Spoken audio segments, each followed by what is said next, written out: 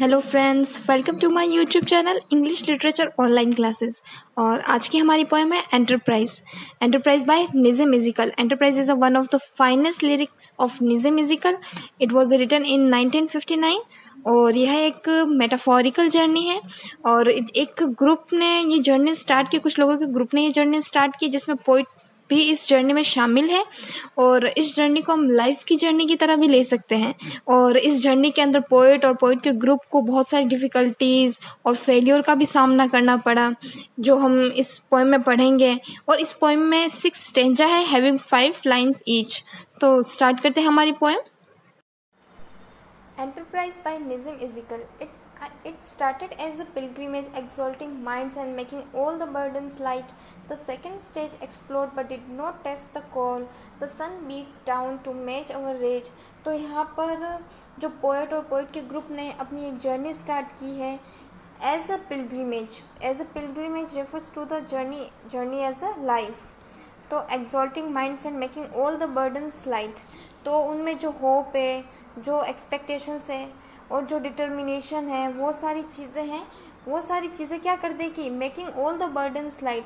जो उनमें जो एंथुसियाज्म है, अभी आगे बढ़ने का उत्साह है, वो सारी चीज़ें, सारी जो आगे आने वाले जो बर्डन्स हैं, उनके जो डिफ़िकल्टीज़ हैं, और उन सबको लाइट कर देगा, उन सबको कम कर देगा। The second stage explored but did not test the call. जो ये अभी सेकेंड स्टेज है लाइफ का, जो जिसमें उन्होंने पक्का इरादा कर लिया है आगे बढ़ने का। ओके, तो the sun beat down to match our age. जो सन है, जो हार्शनेस और डिफ़िकल्टीज़ का यहाँ पर सिंबल है, तो ये सन की जो गर्मी है, जो इनके या जैसे डिफ़िकल्टीज़ हैं, वो इनका आगे बढ़ने का इरादा नहीं तोड़ सकती। जो रेज है, जो इनका जो आगे बढ़ने का उत्साह है, वो उनको सन की जो गर्मी है, जो हार्शनेस है, वो सारी चीज़ें उनका आगे बढ़ने का उत्साह नहीं तोड़ सकती।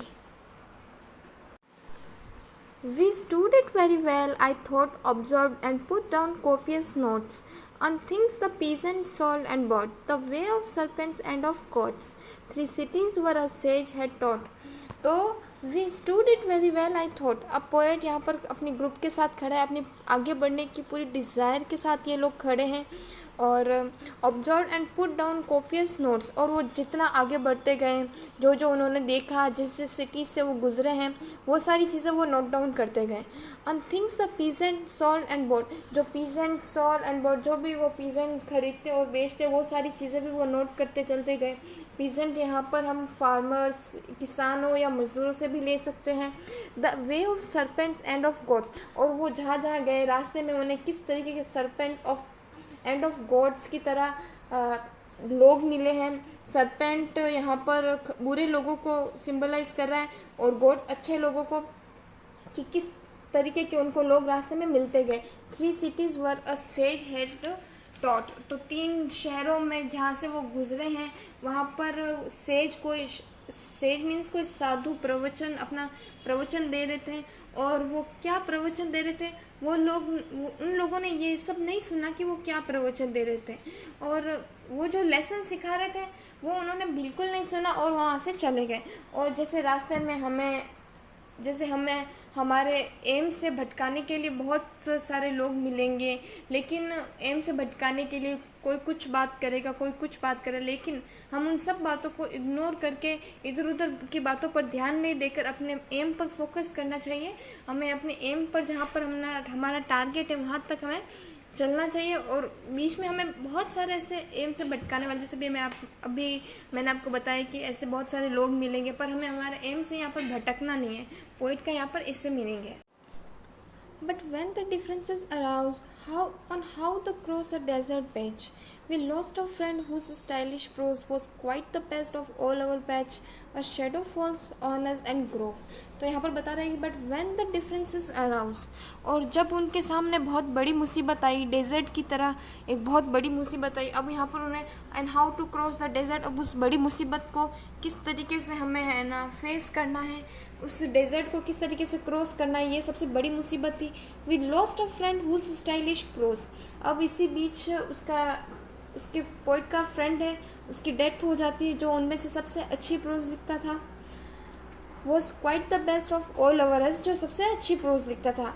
अ shadow falls on us and grows. अब इसी बीच में क्या होता है कि शेडो का मतलब यहाँ पर है कि इन लोगों में जो यूनिटी थी अब वो ख़त्म हो रही थी धीरे धीरे, और उनमें झगड़े होने लग गए, और उन एंड ग्रोज, और उनमें जो झगड़े होने लगे, और वो झगड़े एंड ग्रोज जो वो झगड़े हैं वो बढ़ते चलते गए, और जो डिसीजन में जो डिफरेंस आने लग गया उनके, और उनके मत एक साथ नहीं होने लगे, वो अलग अलग मत होने लगे उन फ्रेंड्स के बीच में, और बहुत ज़्यादा झगड़े होने स्टार्ट हो गए एंड ग्रोज। और यहाँ पर पॉइंट बताना चाह रहा है कि डेजर्ट जैसी बड़ी प्रॉब्लम भी वो फेस कर लेते अगर उनमें उनके ग्रुप में यूनिटी हो, लेकिन वो धीरे धीरे ख़त्म हो रही थी। Another phase was reached when we were twice attacked and lost our way. The section claimed its liberty to leave the group. I tried to pray. Our leader said he smelled the sea. तो यहाँ पर point बता रहा है कि another phase was reached when we were twice attacked. अब जैसे मैंने पहले बताया कि उनके अंदर उनके ग्रुप में अब झगड़े होने स्टार्ट हो गए, ओके आगे बढ़ने का अब उनके अंदर उत्साह खत्म होने लगा धीरे धीरे, और वो सब फिर भी आगे बढ़ते गए इतनी डिफ़िकल्टीज़ को फेस करते हुए। अब उनमें अभी डेस्टिनेशन तक पहुंचने का एंथुसियाज्म ख़त्म हो गया था, वो लोग अब उदासीन हो गए। तो क्या हुआ कि अब जो उनमें झगड़े हो रहे थे वो बढ़ते गए, और वो आपस में ही झगड़ने लगे एंड लॉस्ट अवर वे। और उनके साथ में अब वो एम तक जो साथ में ग्रुप में उन्हें एम तक पहुंचना था वो सब वो भूल गए।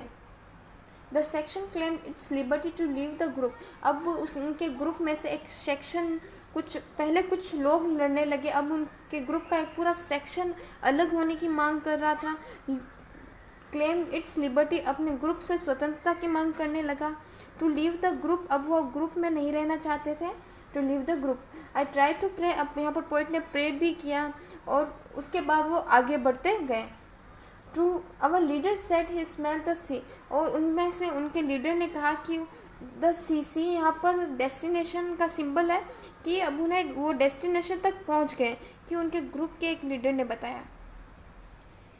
वो डेस्टिनेशन तक पहुंच गए, लेकिन फिर भी उनके अंदर वो एंथुसियाज्म नहीं था डेस्टिनेशन तक पहुंचने का खुशी नहीं थी।